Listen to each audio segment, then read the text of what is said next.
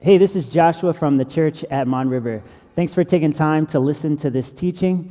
We have one purpose here, and that is to make followers of Jesus. And we hope that this recording helps accomplish this purpose in your life. This is John 21, verses 1 through 19.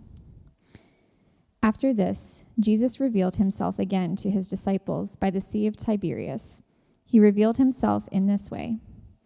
Simon Peter, Thomas, called Twin, Nathanael from Cana of Galilee, Zebedee's sons, and 2 others of his disciples were together. "I'm going fishing," Simon Peter said to them. "We're coming with you," they told him. They went out and got into the boat, but that night they caught nothing. When daybreak came, Jesus stood on the shore, but the disciples did not know it was Jesus. "Friends," Jesus called to them, "you don't have any fish, do you?" "No," they answered. "Cast the net on the right side of the boat," he told them, "and you'll find some." So they did, and they were unable to haul it in because of the large number of fish. The disciple, the one Jesus loved, said to Peter, "It is the Lord." When Simon Peter heard that it was the Lord, he tied his outer clothing around him, for he had taken it off, and plunged into the sea. Since they were not far from land, about 100 yards away, the other disciples came in the boat, dragging the net full of fish. When they got out on land, they saw a charcoal fire there, with fish lying on it and bread. "Bring some of the fish you've just caught," Jesus told them. So Simon Peter climbed up and hauled the net ashore, full of large fish, 153 of them. Even though there were so many, the net was not torn. "Come and have breakfast," Jesus told them. None of the disciples dared ask him, "Who are you?" because they knew it was the Lord. Jesus came, took the bread, and gave it to them. He did the same with the fish. This was now the 3rd time Jesus appeared to the disciples after he was raised from the dead. When they had eaten breakfast, Jesus asked Simon Peter, "Simon, son of John, do you love me more than these?" "Yes, Lord," he said to him, "you know that I love you." "Feed my lambs," he told him. A second time he asked him, "Simon, son of John, do you love me?" "Yes, Lord," he said to him, "you know that I love you." "Shepherd my sheep," he told him. He asked him the 3rd time, "Simon, son of John, do you love me?" Peter was grieved that he asked him the 3rd time, "Do you love me?" He said, "Lord, you know everything. You know that I love you." "Feed my sheep," Jesus said. "Truly I tell you, when you were younger, you would tie your belt and walk wherever you wanted. But when you grow old, you will stretch out your hands, and someone else will tie you and carry you where you don't want to go." He said this to indicate by what kind of death Peter would glorify God. After saying this, he told him, "Follow me." This is God's word. Thanks be to God. And at the very beginning of the Bible, in the book of Genesis, we see that everything was perfect. That God says even was walking with Adam and Eve there in the garden. There was no death, there was no sickness. But we saw that Adam and Eve, they chose to rebel against God when they ate the fruit from the tree that God had forbidden them to eat from. And as a result, brokenness came into our world. This brokenness looks like death and sickness. This brokenness looks like brokenness in our relationships with each other. Looks like people no longer worshiping God in the way that they once did. And recently, as we've been going through the book of John, we've studied how Jesus Christ came to the earth with a very specific mission. He came to restore us back to God's original design. And the way that Jesus accomplished this, first and foremost, is by giving his life on the cross, paying the penalty for Adam and Eve's rebellion, but also for our rebellion. We also saw that Jesus came teaching us what God's design looks like in our lives. And after Jesus rose from the dead, he was preparing to ascend back into heaven. And there he calls his disciples to carry on his mission of helping people be restored back to God's design. And the way that this happens is by his disciples telling people about Jesus and about his death on the cross and his resurrection, but also by them teaching others about Jesus' teachings that he had taught them. And because we too are followers of Jesus, this mission has also been passed on to us. And for you hearing this today, you might think, well, Joshua, that's good for you, right? You're a pastor. For me, I'm good following Jesus, but how can he use me to help accomplish this mission of helping people be restored to God's design? You might think today, oh, well, you don't know about the things that I have done. You don't know about the deficiencies in my life, my character flaws, my weaknesses. But today, we're going to look at this story from John chapter 21, and we're going to see this interaction that Jesus has with Peter. And we will see as our main point today that Jesus uses broken people to carry on his mission. Jesus uses broken people to carry on his mission. And I'm not here to tell you today that your sinful habits in your life, that they're just no big deal. But I'm here to tell you that God has a purpose for your life despite your weaknesses, despite your brokenness. God is precisely in the business of taking broken people and doing amazing things through them. As we look at John chapter 21, we see this story that John the disciple writes for us.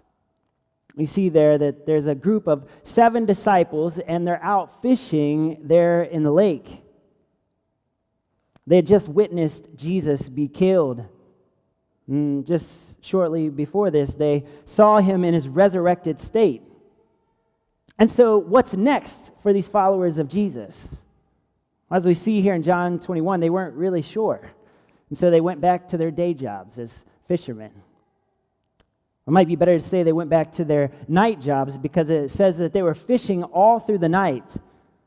But they were doing so very unsuccessfully. It says they hadn't caught anything all night long. And then from the shore, they hear someone yell out, "Hey, friends, do you have any fish?" It'd be like us fishing at a pond somewhere, and you hear someone show up and say, "Hey, what's up, guys? Any luck today?" They don't recognize who this person is that's calling to them. Maybe it's because Jesus' resurrected body looked different. Maybe it's because it was still dark and they couldn't see too well there to the shore. But they replied to Jesus. They're like, "No, it was a rough night. We haven't caught anything." And Jesus yells back at them. He says, "Hey, cast your nets to the other side of the boat. You'll get some fish there." So they pulled their nets up and they moved them over here. And all of a sudden, they pulled up so many fish that they couldn't get the net inside of the boat without capsizing the boat. While they didn't recognize who the person was that was calling to them, Peter, James, and John, they knew exactly who this was. They'd seen this miracle before. When Jesus first began his ministry, he did the exact same miracle in front of them. And so they immediately thought, "Oh, it's Jesus there on the shore." We see that Peter, in his excitement, he dives into the water and he swims to the shore. Meanwhile, he leaves his buddies behind trying to drag in this nets full of fish. It says when they got to the shore, they counted them, and it was 153 large fish. And then everyone arrives to the shore, and they see that Jesus has a campfire there ready for them. On the fire, he's cooking some fish and got some fresh bread. He calls out to them. He says, "Hey, come have some breakfast." We see that Jesus, he gives thanks for these things, and he hands them some food. After a long night of fishing, Jesus provides for the physical needs of his disciples. He serves them, just like he had been doing all along. And then in verse 14, it says, "This was the 3rd time that Jesus appeared to his disciples after he was raised from the dead." And then after this breakfast meal, we see that Jesus gets up from the fire, and he goes and he has this one-on-one conversation with Peter. Get this picture of them walking together along the beach. You see later on that John was close behind, hearing all of this. As those who are native to Pittsburgh like to say, he was being very nebby. And some may have missed some of our previous lessons through the book of John, so I want to catch you up on this character, Peter. Peter was one of the original 12 disciples, but even more so, he was in Jesus' inner circle. He and John, the apostle who wrote this book that we're studying, and John's brother James, they got to see some really special things that Jesus did that some others didn't get to see along the way. Peter had been a very vocal leader among the disciples, sort of appointing himself like a spokesman. Think about previously when Jesus predicted that he was going to die, Peter shouts out very confidently, "Over my dead body. Even if these other 11 fall away, I will never." Think about when Jesus was arrested there in the garden. It was Peter and his boldness who pulls a sword to defend Jesus. But Peter was also the one on that very same night who denied even knowing Jesus at all 3 times. There at Jesus' trial, tells us the story that this girl comes to him and says, "Hey, weren't you with Jesus previously in the temple?" And Jesus gets offended. "Who, me? I've never even met that guy before." Peter, he held a special place of friendship with Jesus, but also a special place of turning his back on his friend. And Jesus, he asked Peter a very similar question 3 times. And we see that Peter gives him the very same answer 3 times back. Let's look at this. The first time, Jesus says, "Simon, son of John." Now, this is interesting because remember, Jesus had given Peter the name Peter, which means rock. He had changed his name to this word that means strength. But here he goes back to calling him his old name, Simon. He says, "Do you love me more than these?" And Peter responds, "Yes, Lord, you know that I love you." And Jesus says, "Oh, well then, feed my lambs." And then the second time, Jesus, he asks again, he says, "Simon, son of John, do you love me?" Peter's like, "Yes, Lord, you know that I love you." Jesus says, "Well, shepherd my sheep." A third time, he says, "Simon, son of John, do you love me?" Peter, he says, "Lord, you know everything. You know my heart. You know that I love you." And Jesus says, "Well, then feed my sheep."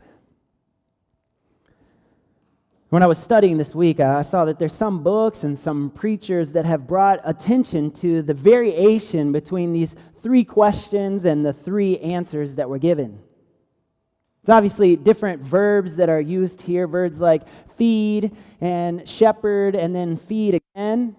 There's also different nouns that are used, things like lamb and sheep and sheep. We don't see it in the English language, but in the original Greek language, there's also differences in the verbs that are used for the word love. Jesus used one word and Peter uses another. I can't say exactly what is meant by each of these different usages, and so I'm not going to spend our time today speculating on what they may mean. Instead, I want us to look at the overarching implication of these 3 phrases and the importance of their repetition. We'd seen that Peter had denied knowing Jesus 3 times.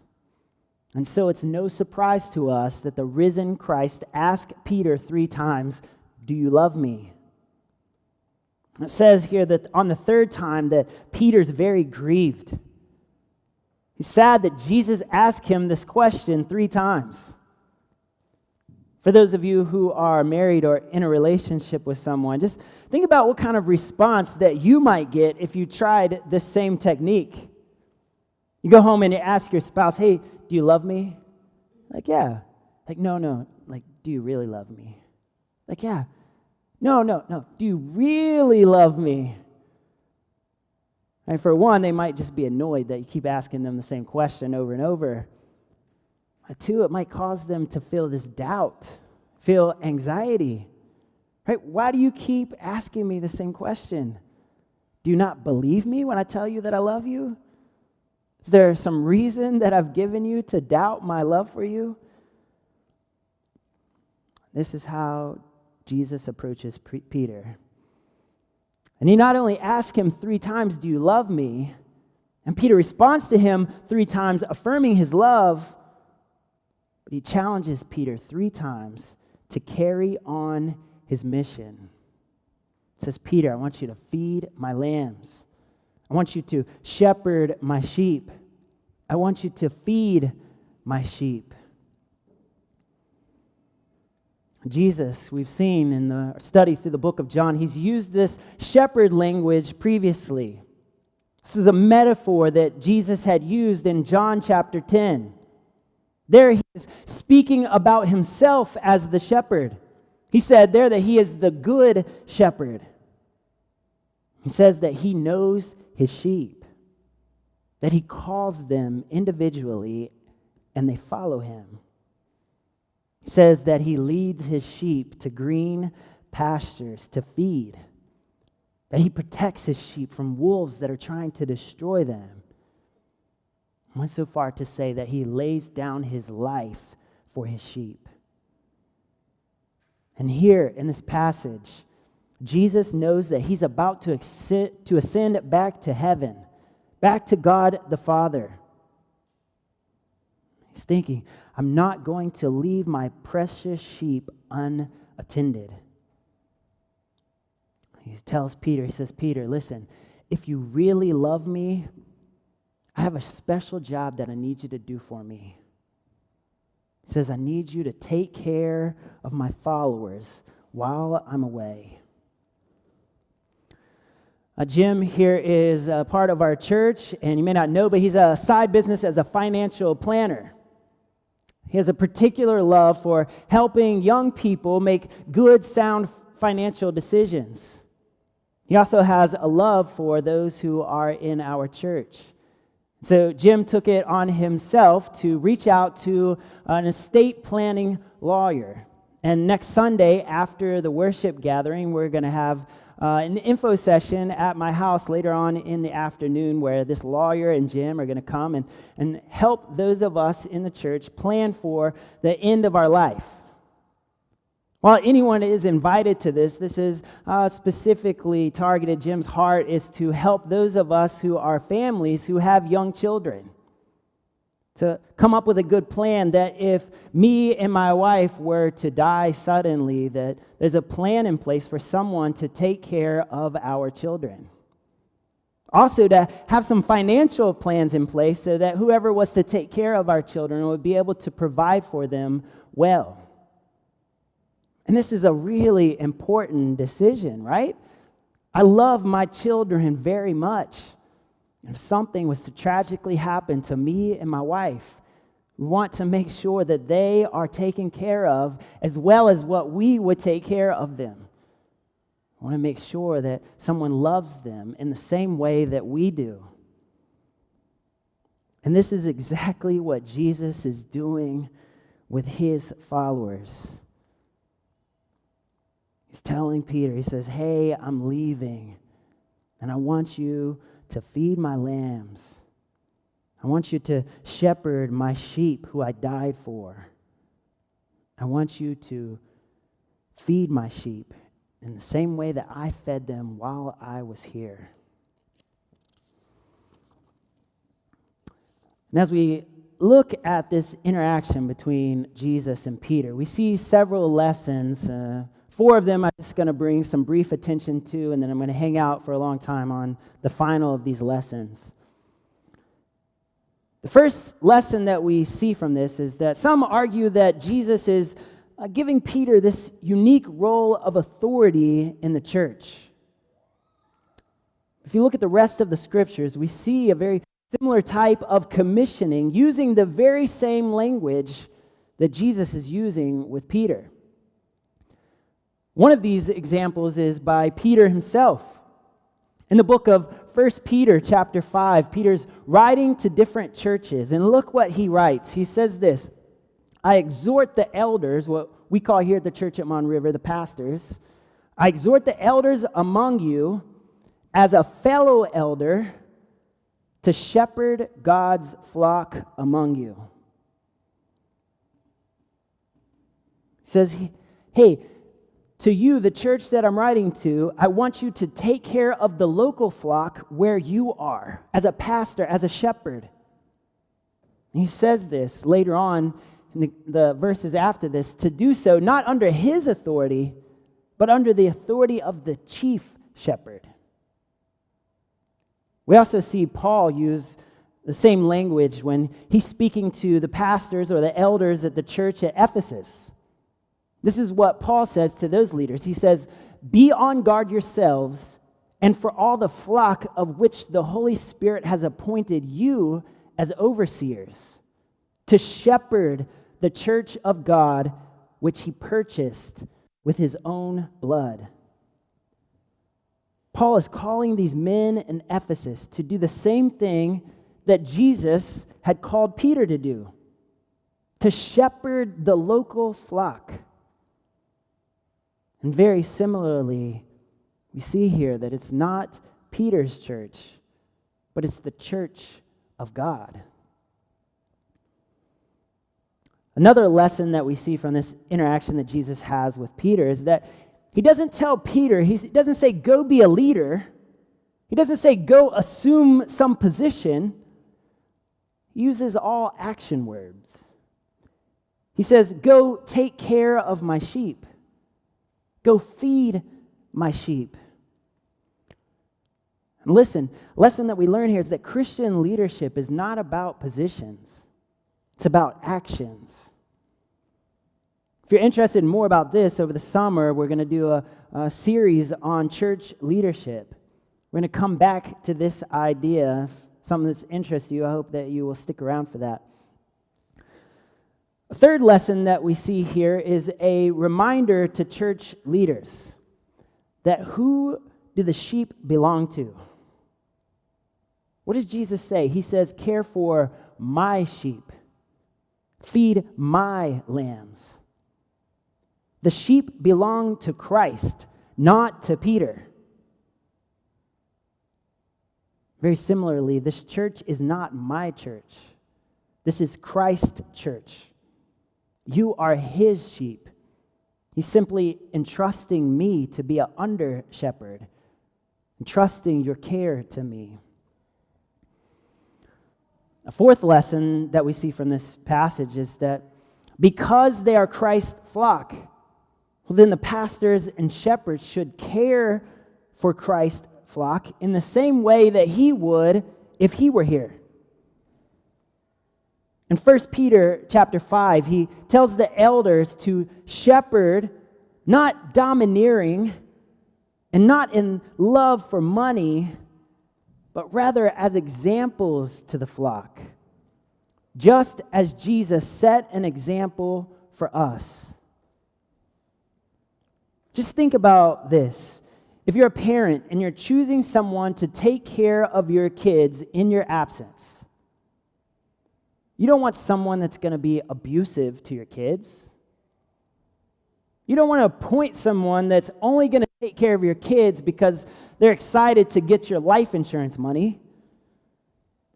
You want someone who's going to look after your kids out of love for them.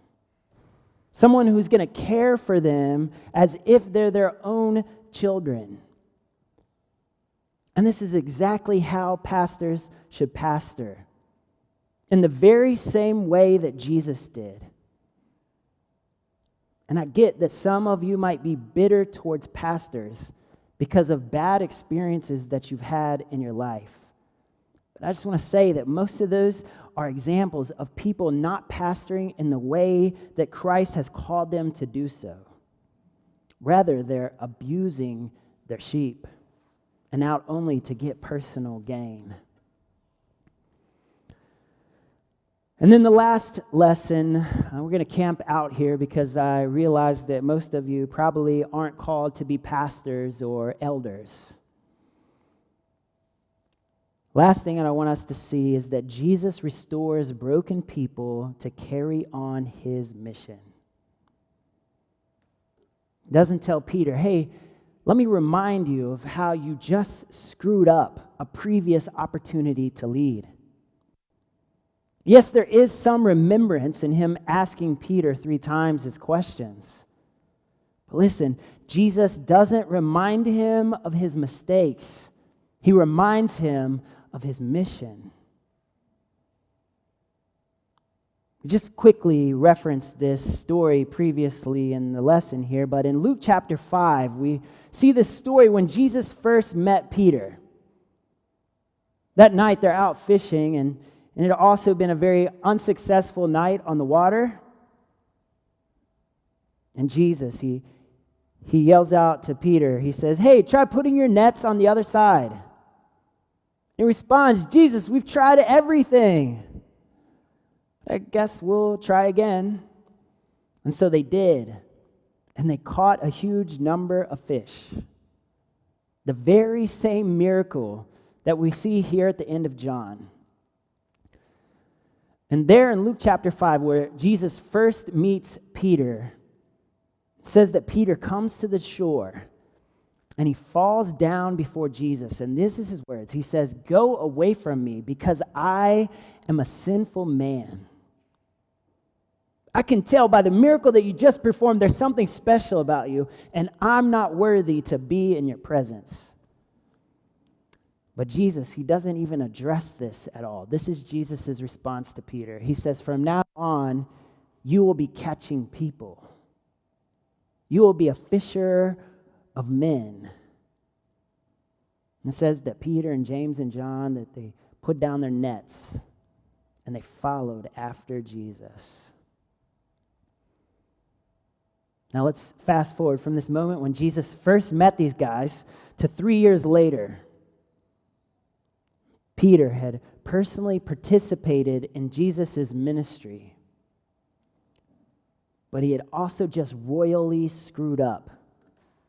He caved in when it mattered the most. And on a public stage, everyone knew about it. All 4 of the gospel writers record the story. Think about Peter's original response when he met Jesus. He says, go away from me because I am a sinful man. If he felt that then, think about how much more inadequate he felt here after his denial of Jesus. And yet Jesus doesn't remind Peter of his mistakes. He restores Peter to carry on his mission. He asks Peter to look after his precious sheep, his followers, who he loves so much. Let's think about this. Why? Well, because it's not about Peter's unworthiness. He's just as unworthy and sinful now as the day that he first met Jesus. But it's not about his unworthiness. It's about his trust in Jesus, who alone is worthy. We began our service by reading from the prophet Isaiah. We see a very similar scene there as what we see with Peter and Jesus. Isaiah was this prophet, and there he sees a vision of God's majesty. He sees God on his throne, and there's angels flying around, and it says that the room is shaking. And there it says that Isaiah falls down before God. And he says, I am a man of unclean lips, from a people of unclean lips. He's recognizing, just like Peter, I am unworthy to be in your presence. And we didn't read all of this, but it tells us in Isaiah chapter 6 that one of these angels grabs a coal from the altar, and they fly down to Isaiah, and they touch his unclean lips with this coal. And this is the words that are said. It says, your sins are atoned for. Your sins are atoned for. You are no longer in a place of debt. And he touches Isaiah's lips, and then he commissions Isaiah to be his messenger. As you read the rest of the book of Isaiah, you see that he's a messenger who announces the coming Messiah. He announces the coming Jesus Christ. In a very similar way, Peter is unworthy. He was a coward. He was weak under pressure. He had sinned against Jesus. But Jesus died on the cross for sinners just like him. Because of that, Peter's sins also are atoned for. And Jesus, he asked Peter, he says, Peter, do you love me? Peter, he's like, yes, Jesus, you know that I love you. And for Peter, to love Jesus is a call to do the work of Jesus. To love Jesus is a call to do the work of Jesus. And listen, I know some of your stories. I know some of your brokenness from your past. Living life for several years with you, I've seen some of your weaknesses. And I'm here today to tell you that you are unworthy. You are unclean. You're living among a people who are unclean. But also, I am not worthy. If you all knew my past, if y'all spent a week living with me, you would see my weaknesses. Who am I to stand on this stage week in and week out and feed Christ's sheep, to care for his precious lambs? But listen, friend, my hope is not in me. My hope is in Jesus. And that same atonement for sins is offered to you. But know this, if you are to follow Jesus, then he also calls you to join in his mission. And there's might be some here that are called to be preachers. There might be some here that are called to be teachers, to be group leaders in our church. I can't say that. But I know this, we are all called to make disciples of Jesus. We are all called to go where people who are far from God are. We are called to baptize them in the name of the Father and the Son and the Holy Spirit, to bring them into the faith. We are all called to teach those very same people all the things that we have been taught on how to follow Jesus. On the way that God uses broken people to carry on his mission. This is not a license to sin, an excuse to just live however we want. As followers of Jesus, we are called to be holy people. But listen, this is an encouragement that God can use you, even if your past is broken, even if your skills are inadequate. I want to end with these words that Paul writes in the book of 1 Corinthians. He says this in 1 Corinthians chapter 1. He says, "Brothers and sisters, consider your calling. Not many were wise from a human perspective. Not many powerful. Not many of noble birth. Instead, God has chosen what is foolish in this world to shame the wise. God has chosen what is weak in this world to shame the strong. God has chosen what is insignificant and despised in this world, those of us who are viewed as nothing, to bring to nothing what is viewed as something. Why? So that no one may boast in his presence. It is from him that you are in Christ Jesus. Christ Jesus, who became wisdom from God for us. He is our righteousness. He is our sanctification. And he is our redemption. In order that, as it is written, let the one who boasts boast in the Lord.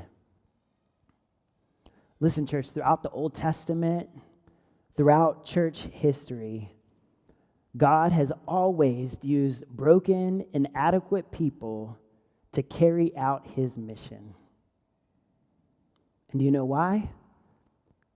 It's because when he does so, it brings attention to him. It brings attention to his power in us. It doesn't bring attention to us personally. As it says here in this passage, if we boast, we can only boast in the Lord. And so for you, my question today is not, are you perfect? My question is not, have you gone to seminary? My question is not, are you called to be a preacher? The question is, do you love Jesus? And if you say that you love Jesus, then you have a call on your life to go do his work, to go be fishers of men. Thanks for listening to this teaching today.